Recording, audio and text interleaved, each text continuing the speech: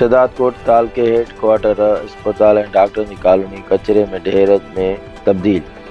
मरीज़नि जे वार्डन समेत डॉक्टर ऑफिसरनि ऐं पैरामेडिकल स्टाफ जूं कॉलोनी ऐं ॿी गंदगी पाणी सबबि तलाउ जो ॾेख ॾियण लॻी। चोतरफ़ गंदगी जा ढेर नज़र अचण लॻा, जंहिं सबबि डॉक्टरनि ऐं स्टाफ समेत मरीज़नि बि मुश्किल जो शिकार थियण लॻा।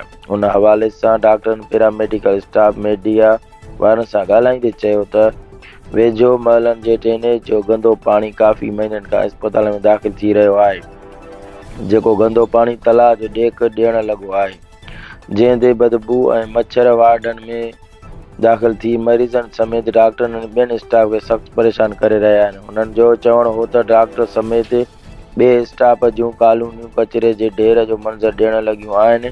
कचरे जूं शिकायतूं चूंडियल निमादनि समेत लाॻापियल इंतज़ामनि खे कयूं वयूं आहिनि, लेकिन अमली तौर ते को बि तदारक न थियो आहे। अहिड़ी हालत में मरीज़नि समेत डॉक्टरनि ऐं ॿियो अमलो सख़्तु मुश्किल में वरितलु आहे।